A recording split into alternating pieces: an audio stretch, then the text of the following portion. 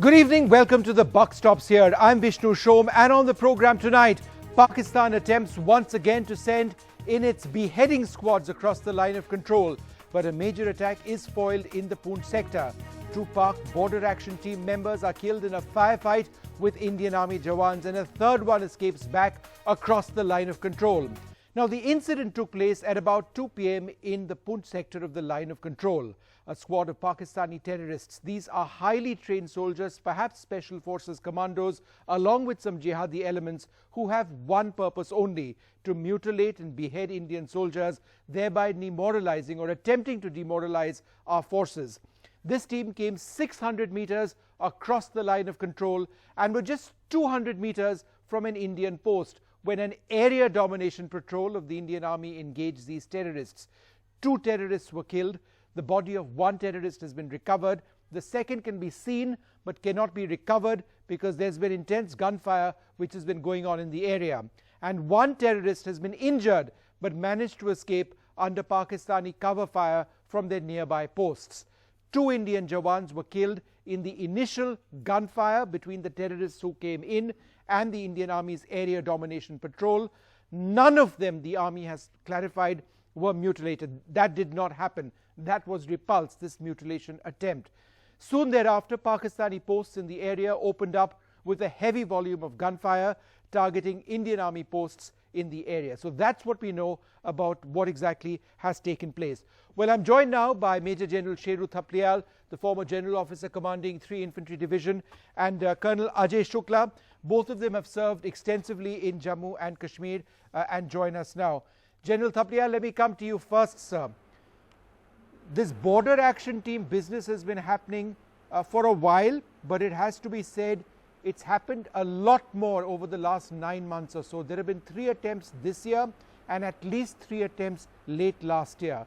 Is this part of a strategy by Pakistan to demoralize the Indian Army by being as vicious as possible in carrying out these attacks? These are, after all, beheading teams, beheading squads, mutilation squads, which they try to send across.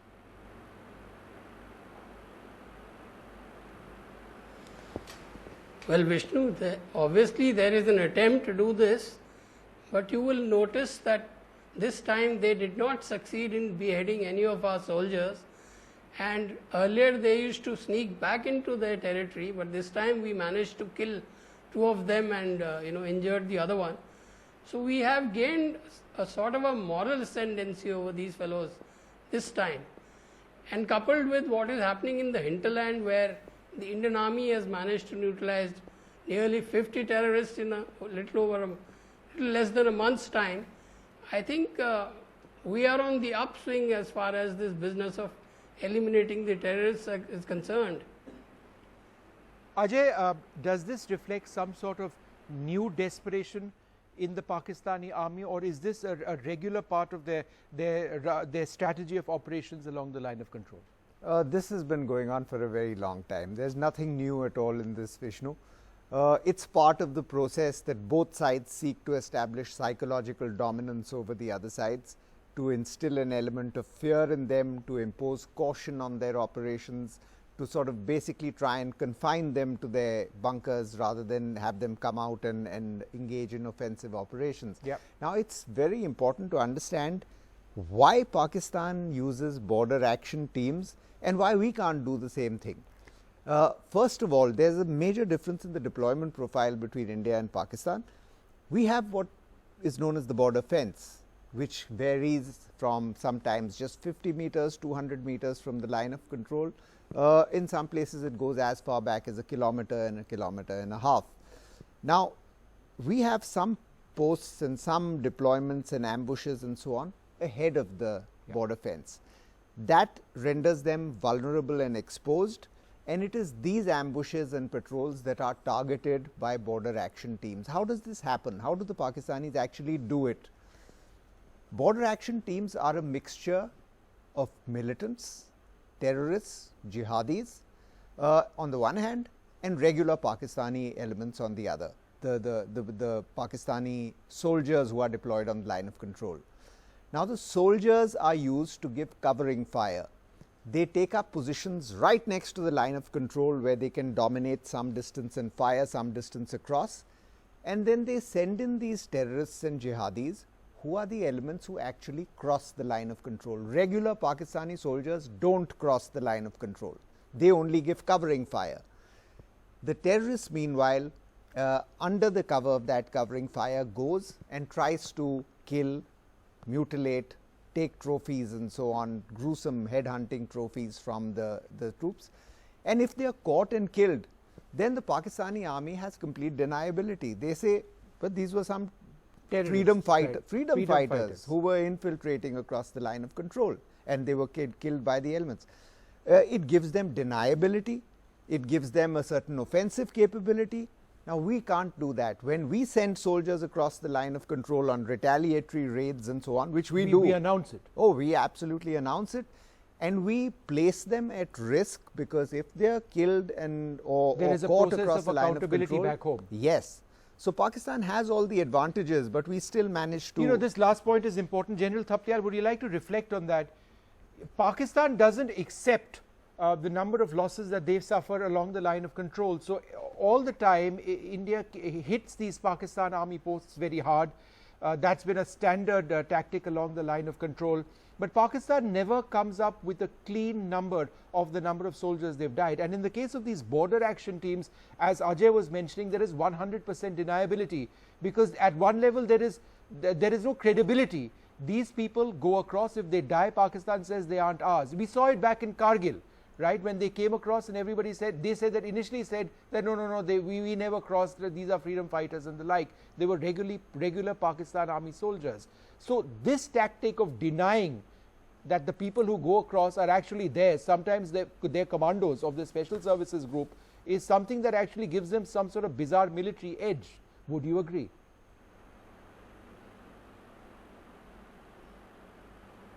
I wouldn't say that, but Vishnu, you will know that Pakistan has been in a denial mode right since 1947, when they first sent the raiders across into J&K, and it's been going on ever since. And they have this, the cannon fodder, the jihadis, who are poor people given money and other benefits and pushed across. So that gives them certain amount of flexibility for this business of denial. But let me ask you this, General Thaplyal, isn't it also true that in as much as we are accountable for raids whenever they take place across the line of control, and we announce it as we did during the surgical strikes, there have also been several episodes where our soldiers actually do go across, particularly when incidents of mutilation take place? Yes, it has been going on for a long time, as Ajay was mentioning a little while ago. It is a standard procedure. But surgical strikes are very well planned operation, where they go and destroy the so-called launch pads from where the terrorists get into the Indian territory.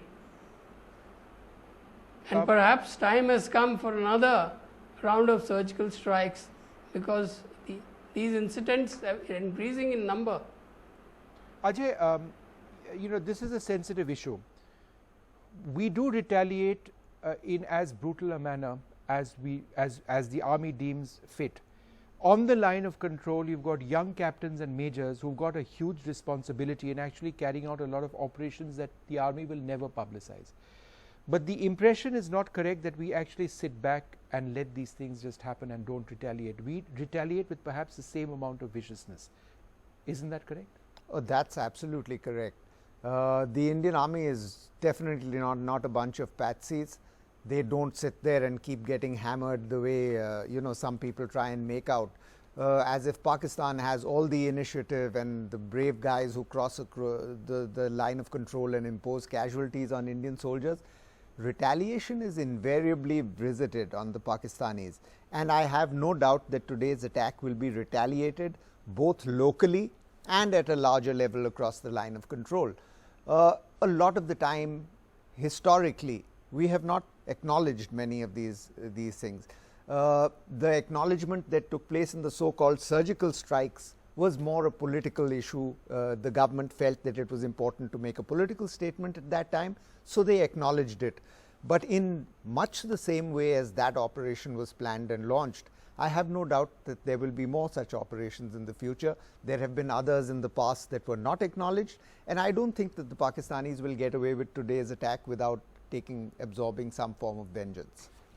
General, would you agree that there can be no instant sort of response that necessarily takes place to this sort of Pakistani aggression? Because when it's played out in the media in the way that it is in our country, there is the sense that, look, we've been hit, our soldiers or in previous incidents have been mutilated, we need to retaliate instantly. On the ground, a military commander doesn't think that way. He actually factors in time, he factors in terrain, he factors in a whole lot of other things. So even in this case, if there is a retaliation, it may not happen today, tomorrow it may happen months later. Isn't that right?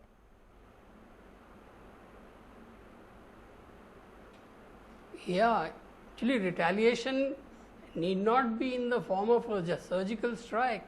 Retaliation can be in the form of, let's say, an artillery fire, pinpoint artillery fire, or firing by direct weapons to destroy his bunkers, as was done and shown by the Indian Army in the video.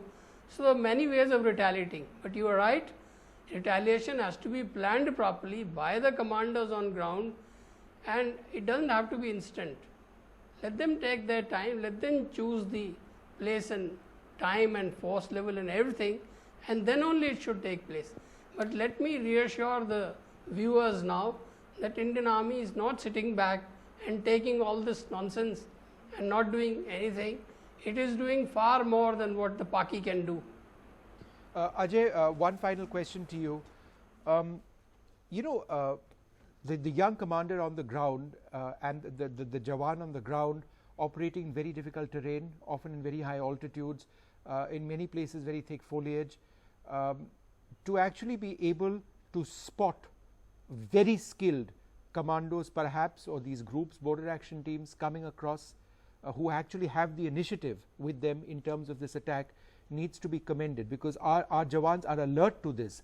But for an area domination patrol to actually spot and engage a commando type operation coming in is very credible, and it's very difficult.